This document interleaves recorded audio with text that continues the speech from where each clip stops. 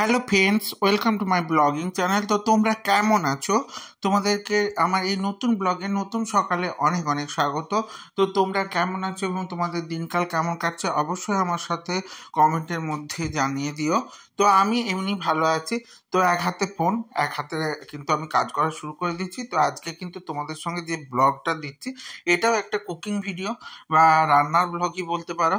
তো মেদিনীপুরে স্পেশাল মাছের টক। তো এটা আমাকে কিন্তু অনেকেই বলেছে। তো আমার একজন বোনও অনেক করে বলেছিল, দাদা তোমাদের ওখানে মাছের টক কেমন হয়, তো এটা কিন্তু তুমি ব্লগের মধ্যে দিওই।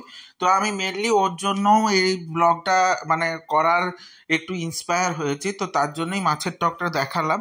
তো এটা বিভিন্নভাবে হয়, যদিও আমি একটা টাইপেরই ভাবে দেখালাম। তো টক কিন্তু বিভিন্নভাবে হয়, এই টকটা জেনারেল ভাবে টক বলতে পারো। তো এটা দেখানোর জন্য প্রথমে কিন্তু আমি মাছ বের করে নিয়েছি। তো এগুলো হচ্ছে বড় বড় পুঁটি মাছ, একে আমাদের এখানে সরলা পুঁটি বলে, তো তোমাদের ওখানে কি বলে জানি না।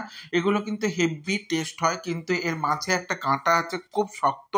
তো ওটা একটু সাবধানেই কিন্তু খেতে হবে, কারণ কাঁটা ছাড়িয়ে যারা খেতে পারে না তাতে অসুবিধা। তুমি কিন্তু অন্য কাতলা মাছ, রুই মাছ, পোনা মাছ, যে কোনো টাইপের পোনা মাছ তুমি রান্না করে নিতে পারো। তো আমি মাছগুলোকে ভালো করে কিন্তু নুন হলুদ মাখিয়ে ভেজে নিয়েছি, তোমরা দেখে নিয়েছো অলরেডি। ভেজে নেওয়ার পর ওই কড়াতেই যেটুকু তেল ছিল তাতেই কিন্তু আমি তেঁতুলটাকে গুলি নিয়েছি, দেখতে পেয়েছো। তো এই তেঁতুলটা কিন্তু আমাদের এখানে পুরনো তেঁতুল এবং গাছের তেঁতুলই বলতে পারো, কারণ এগুলো কিন্তু একদমই মিক্সড থাকে না। গাছ থেকে যে তেঁতুল পেড়ে অনেক দিন রাখা থাকে, 2 বছর, তো 2-3 বছর থাকলে এই তেঁতুলগুলো কিন্তু এরকম কালো কালো হয়ে যায়, লাল লাল থাকে না কিন্তু, তো কালো কালো হয়ে যায়। সেই কালো তেঁতুলের টক বলতে পারো, মানে এটা কিন্তু খেতে আলাদাই একটা টেস্ট হয়। তো ওটাকে কিন্তু ভালো করে আমি কাতরা বের করে নিয়েছিলাম এবং সেটা তেলের মধ্যে দিয়ে দিয়েছি। দিয়ে দেওয়ার পর তাতে একটু কিন্তু জল জল হতে হবে, মানে জল জল থাকবে। তার মধ্যে কিন্তু দিয়ে দিয়েছি নুন, চিনি, একটু চিনির পরিমাণ বেশি দিতে হবে, এবং হলুদ দিয়ে ভালো করে ফোটাতে হবে, মানে অনেকক্ষণই ফোটাতে হবে।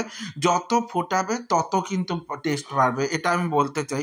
যত ফোটাবে তত টেস্ট বাড়বে। আর আমরা কিন্তু একটু মানে রস রস খাই বলে তো রস রস রেখেছি। যারা যারা রস রস খাও না তারা কিন্তু পুরোটাই মেরে দিতে পারো, এমনি গায়ে গায়েও করে নিতে পারো, সেটাও কিন্তু সুন্দর লাগে।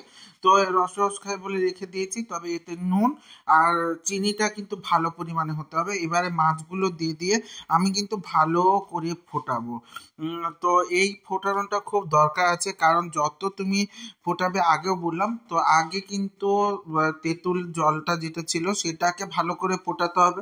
সেটা যখন ভালো করে ফুটে যাবে তখন মাছ দিতে হবে, এবং আবার মাছ দেওয়ার পর কিন্তু ভালো করে ফুটিয়ে নিতে হবে। কারণ যদি তুমি মাছগুলো দিয়ে আবার বেশিক্ষণ না ফোটাও তাহলে কিন্তু মাছগুলো কিন্তু নরম হবে না, এবং ও মাছের ভেতরে তেঁতুলের টকটা কিন্তু ঢুকবে না। তো সেই জন্য অবশ্যই মাছগুলো দেওয়ার পর ভালো করে ফুটিয়ে নিতে পারো। আর ঢাকা দিয়ে ফোটালে আরোই ভালো। তো আমি কিন্তু ঢাকা দিইনি, এমনি ফোটাচ্ছিলাম। তারপরে একটু টেস্ট করে নিতে পারো যে কতটা নুন চিনি লাগবে, তো সেই অনুযায়ী তুমি নুন চিনি দিয়ে দিতে পারো। তো আমি এইভাবে মোটামুটি টকটা রান্না করেছিলাম, এবং টকটা এটা জেনারেল টক।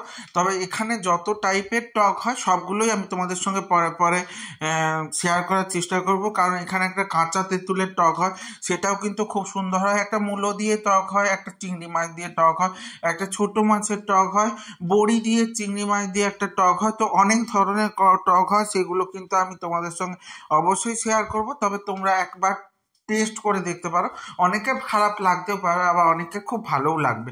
আর যারা টক খেতে পছন্দ করে তো তাদের ক্ষেত্রে তো ভালো লাগবেই লাগবে, আমি জানি। তো তবে এই টকটার সঙ্গে একটু আলু মাখা এবং ঝাল ঝাল আলু মাখা হতে হবে। তো সেইভাবে যদি দিয়ে খেতে পারো গরম ভাতে, তো দারুণ খেতে হয়। দেখো আমার এবার ফুটে যাওয়ার পর একদম দেখো কালারটা চেঞ্জ হয়ে গেছে। এই মুহূর্তে আমি কিন্তু এর মধ্যে দিয়ে দেবো একটু কাঁচা সর্ষের তেল। কাঁচা সর্ষের তেল দিয়ে জাস্ট একটু ফুটিয়ে নেব, কিন্তু বেশিক্ষণ ফোটাবো না। তো তারপরেই কিন্তু টকটাকে আমি নামিয়ে নেব। তো আমার ব্লগগুলো তোমাদের কেমন লাগছে, যদি ভালো লেগে থাকে তাহলে কিন্তু লাইক কমেন্ট শেয়ার করে দিও। আর ইউটিউব থেকে যারা দেখবে তারা সাবস্ক্রাইব করে দিও, এবং সাথে বেল আইকনটা ক্লিক করে দিতে ভুলে দিও না, যাতে আমার ভিডিওগুলো তোমার সামনে সবার প্রথমে চলে আসে। তো এইভাবেই আমার সাথে থেকো, সঙ্গে থেকো, জুড়ে থেকো এবং নতুন দেখা হচ্ছে নতুন একটা ব্লগে নতুন একটা সকালের সঙ্গে। তো এবং কমেন্টের মাধ্যমে জানিও, আর কে কে রান্না করে খেলে সেটাও কিন্তু আমাকে অবশ্যই জানিও। তো অবশ্যই তোমাদের সঙ্গে আবার দেখা হচ্ছে, টাটা।